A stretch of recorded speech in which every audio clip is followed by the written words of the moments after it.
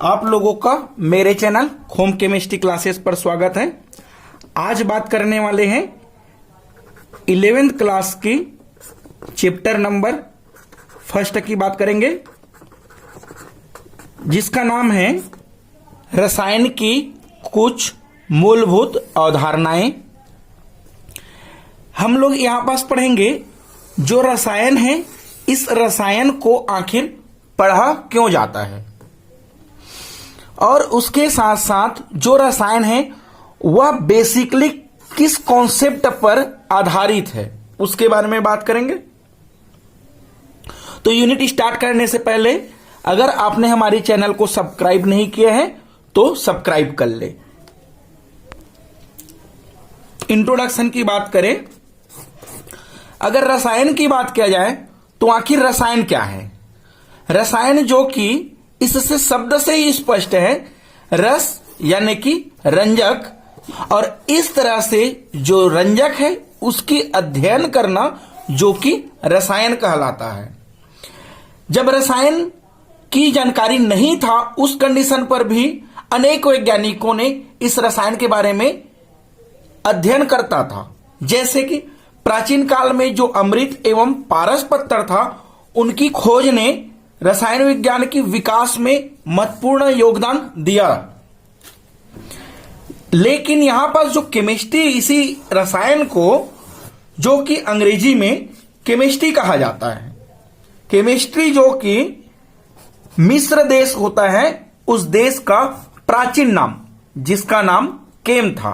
और इस तरह से जो रासायनिक अभिक्रिया होता है, उस रासायनिक अभिक्रिया को जो मिस्र के लोग थे उसे कीमिया कहा करते थे। और जिस क्रियाओं को जानने के लिए जो लोग उनकी जानकारी करने वाले रहते थे, उसे या उस क्रियाओं को जानने वाले लोगों को जो कि कीमियागर कहा करते थे। और जो रसायन है या केमिस्ट्री है जो कि इस कीमिया शब्द से लिया गया है, जिसका मतलब होता है रासायनिक अभिक्रिया। यहां पास अगर केमिस्ट्री की संक्षिप्त में कहा जाए तो इस तरह से कहा जा सकता है, रसायन शास्त्र विज्ञान वह शाखा है जो पदार्थ और उस पदार्थ के संगठन, गुण और उसमें होने वाले परिवर्तनों का अध्ययन कराता है, उसे जो कि रसायन कहा जाता है। यहां पास रसायन जब स्टार्ट हो रहा है तो बेसिक टर्म जो कि पदार्थ आता है। आगे इस यूनिट में पदार्थ के बारे में डिस्कस किया गया है।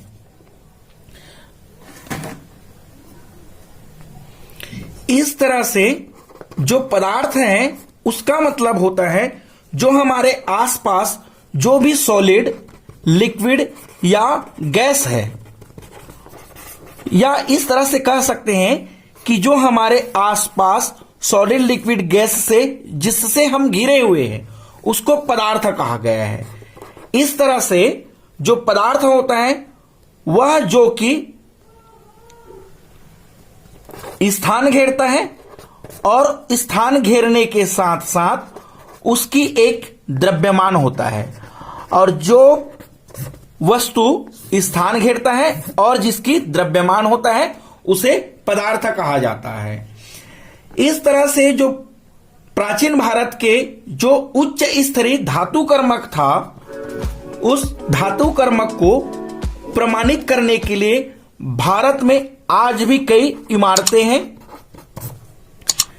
जैसे कि दिल्ली की कुतुब मीनार, विश्व में जो कि बहुत ही पुराना मीनार है, तथा इसके जो पास ही स्थित लौह स्तंभ जो कि गुप्त काल में निर्मित माना जाता है और जिसका वजन 10 टन है।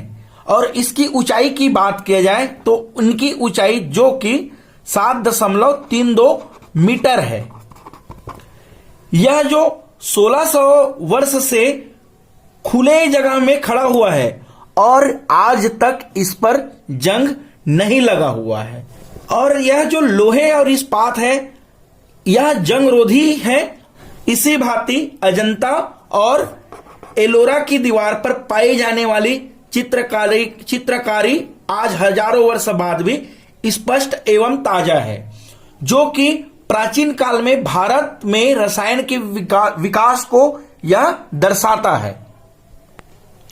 इस तरह से जो रसायन विज्ञान की बात करें तो इस रसायन विज्ञान का जो फादर्स है वह लोएजियर को इनके फादर्स कहा जाता है। और इनकी विकास की बात किया जाए तो इनकी विकास सबसे पहले अगर बात किया जाए जो 350 से 1500 ईस्वी में जो रामायण में संजीवनी बूटी और महाभारत में मोहन अस्त्र और प्रमोदन अस्त्र जो कि उपयोग किया करते थे, उसका उल्लेख रसायन के ज्ञान को व्यक्त करता है। और जो कि इसमें अनेकों वैज्ञानिक रहे, जैसे चरक, बाणभट्ट आदि वैज्ञानिक, जो कि औषधि विज्ञान के क्षेत्र में भी उल्लेखनीय रहा। जब 1500 से 1600 ईसा पूर्व जब देखा गया तो इस ईस्वी पर जो कि वैज्ञानिक था बायल, प्रिस्टले, केवेंडिश, सैले और न जाने अनेकों वैज्ञानिक थे जो कि रसायन के विज्ञान को और गति प्रदान किया। बायल्स ने जो कि गैस के नियम देते हुए रसायन को अच्छे से और परिभाषित किया गया। और जो 15 से 1600 जो ईस्वी था उस पर अनेक गैसों का या अनेक प्रकार के गैसों का खोज किया गया।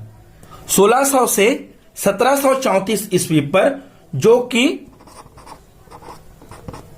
फ्लोजिस्टन सिद्धांत दिया था। और इसके साथ साथ इस ईस्वी पर जो कि अनेक प्रकार के गैसों के बारे में विस्तीर्ण जानकारी मिला।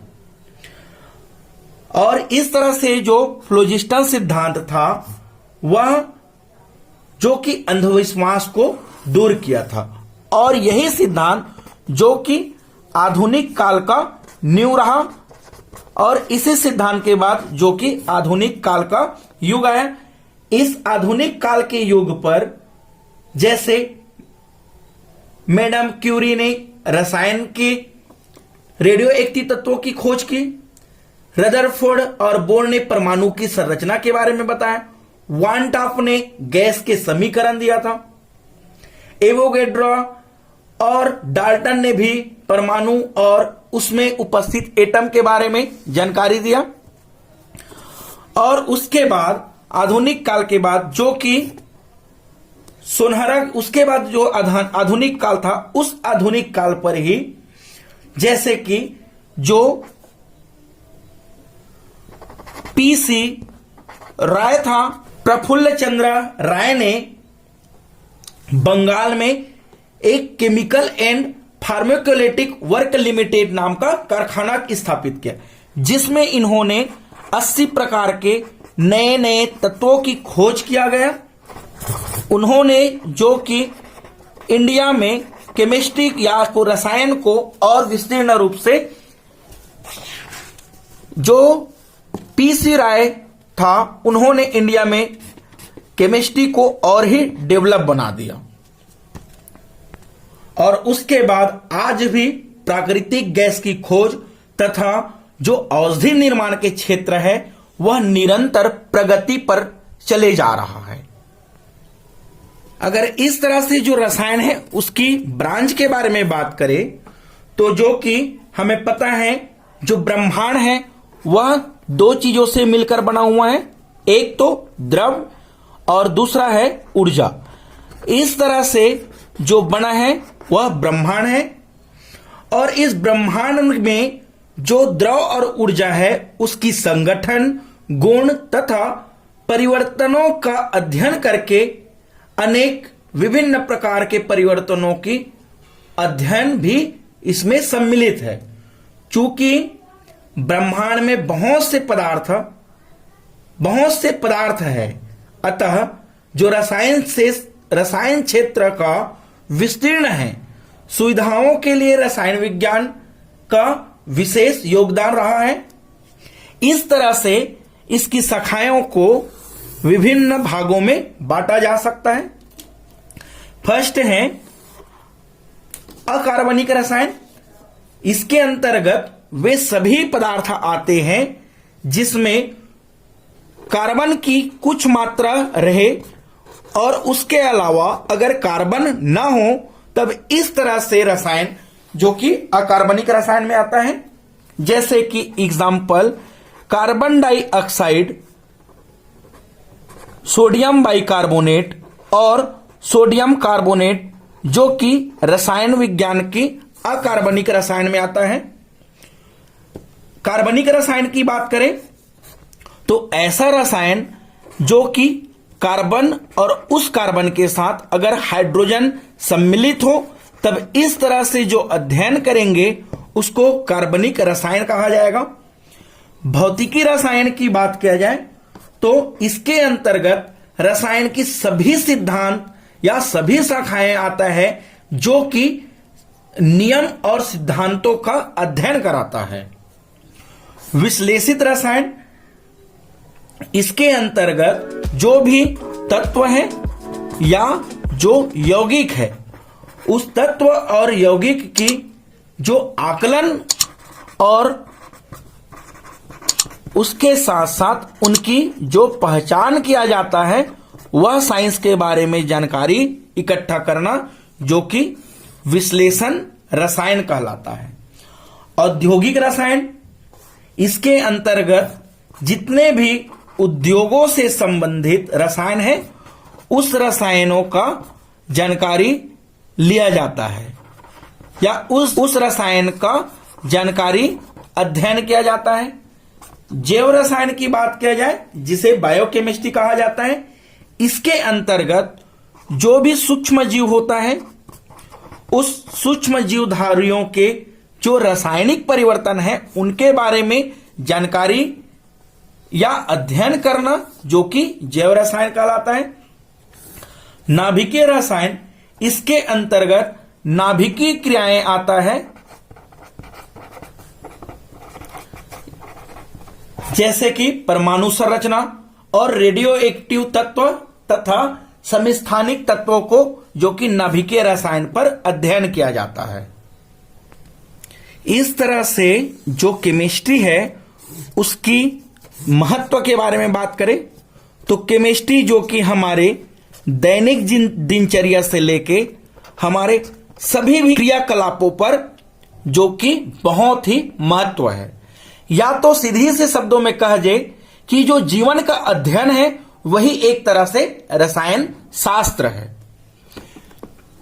तो इस तरह से जो हमारे आसपास जो भी रासायनिक क्रियाएं होता है या जो हमारे शरीर पर या हमारे क्रियाकलापों पर जो रासायनिक परिवर्तन होता है उसी की महत्व के बारे में बात करें तो फर्स्ट है जैसे कि दवाओं में रसायन। अगर बात किया जाए इस कोरोना काल में बात कर ले तो कोरोना काल पर अनेक तरह से रसायन मिलते गए जिसका उपयोग इस कोरोना वायरस के ट्रीटमेंट के लिए करते थे। उसके साथ साथ जो कि जो जीवन रक्षक दवाई अगर मान लिया जाए जैसे कि आज के डेट में कैंसर जैसे बीमारियों का भी इलाज हो जाता है जो कि टेक्साल नामक दवाई से होता है। और उसके साथ साथ एंटीसेप्टिक क्रीम, कीटनाशक या बीमारियों के लिए जितना भी टीका लगता है या पेस्टिसाइड है वह सब दवाइयों में आ जाता है। तो इस तरह से जो रसायन है वह दवाइयों में उपयोग किया जाता है। औद्योगिक क्षेत्र की बात किया जाए तो औद्योगिक क्षेत्र में हमें पता है जैसे कि रेनॉल, nylon, Dacron, plastic, bakelite, Teflon, polythene और न जाने विभिन्न रंग, पेंट, वार्निश भी इसके अंतर्गत आता है। सीमेंट, कांच, सभी उद्योग जो कि रसायन शास्त्र के अंदर आता है। कृषि के क्षेत्र में बात किया जाए तो कृषि के क्षेत्र में जो कि कीटनाशक की तरह जो कि फिप्रोनिल को उपयोग किया जाता है उसके साथ साथ जो कृषि के क्षेत्र में जो बीज होता है उस बीजोपचार के लिए भी उपयोग किया जाता है रसायनों का। कृषि के क्षेत्र में ही जो फंगिसाइड, फंगिसाइड, पेस्टिसाइड और ना जाने अनेकों दवाइयों का उपयोग कृषि के क्षेत्र में किया जाता है। बात करें अगर सुख सुविधाओं के लिए तो इस तरह से घरेलू वस्तुएं जैसे कि पेपर, धागा, साबुन और ना जाने अनेक ब्यूटी जो प्रोडक्ट है, सुगंधित प्रोडक्ट है, रंजक है, इनका उपयोग जो कि दैनिक जीवन पर करते हैं। वैसे ही घर बनाने के लिए सीमेंट, स्टील, सेरेमिक्स इस तरह से उपयोग करते हैं। और अगर रसायन का ऊर्जा संसाधन और रसायन और ऊर्जा संसाधन के बात किया जाए तो यहां से जैसे कि जीवाश्म पेट्रोल, कोयला, इस तरह से जो कि रसायन का ऊर्जा संसाधन के रूप में उपयोग किया जाता है। उसके साथ साथ परमाणु ऊर्जा जो कि आज के डेट में, आज के दिनों में बहुत ही तरीकों से परमाणु ऊर्जा का उपयोग किया जाता है। नाभिकीय ईंधन, नाभिकीय ऊर्जा इस तरह से उपयोग किया जाता है। युद्ध काल में अगर रसायन की महत्व की बात करें तो जो कि जैसे कि TNT, TNG, डायनामाइट और न जाने विषैली गैस जैसे कि मस्टर्ड गैस, फांजीन गैस, इस तरह से जो युद्ध काल में उपयोग करते थे। और आज के डेट में अगर युद्ध काल की बात किया जाए तो जो नाभिकीय रसायन में उपयोग किया जाता है, न्यूक्लियर या रेडियो एक्टिव तत्व, उसका उपयोग युद्ध काल में किया जा रहा है। आधुनिक उपकरणों की बात किया जाए तो जैसे कि जो चुंबकीय, विद्युत, प्रकाश और कंडक्टर, सेमीकंडक्टर, इंसुलेटर भी जो कि आधुनिक उपकरणों में उपयोग किया जाता है।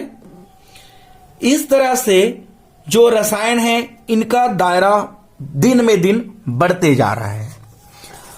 और उसके साथ साथ रसायन की दायरा बढ़ने के साथ साथ रसायन हमें नवीन चुनौती भी देते जा रहा है। रसायनों का दायरा बढ़ता है तब जो ब्रह्मांड है वह सबसे बड़ी प्रॉब्लम जो कि प्रदूषण से घिरते जा रहे हैं। और यही प्रदूषण हमें जो नवीन चुनौती दे रहा है, जिससे अगर हो सके तो ऐसा रसायन भी खोज हो जाए जैसे कि CFC है, क्लोरोफ्लोरोकार्बन, जो कि ओजोन परत को क्षय करते जा रहे हैं, या ओजोन परत की जो कि ओजोन परत में जो कि छेद करते जा रहे हैं। तो ऐसा ओजोन परत की रक्षा हो सके वैसे ही कुछ CFC की जगह कुछ नए प्रोडक्ट बनाया जा सके। कार्बन डाइऑक्साइड जो कि गाड़ी, मोटर, कारखानों से निकलने वाले गैस में कार्बन डाइऑक्साइड की मात्रा इतना ज्यादा बढ़ रहा है जो कि पृथ्वी पर ब्लैक होल जैसे, और इसके जगह में अगर कार्बन डाइऑक्साइड है उसके जगह में कुछ कार्बन डाइऑक्साइड की जगह पर दूसरा अगर गैस यूज कर सके तो इस तरह से जो हमारे लिए नई नई चुनौतियां लेते जा रहे हैं। और यह 21वीं सदी जो कि हमें जैव रसायन और जैव प्रौद्योगिकी को समर्पित करनी ही होगी ताकि हम जो आने वाले प्रकृति की जो संकट है उस संकट को दूर कर सके।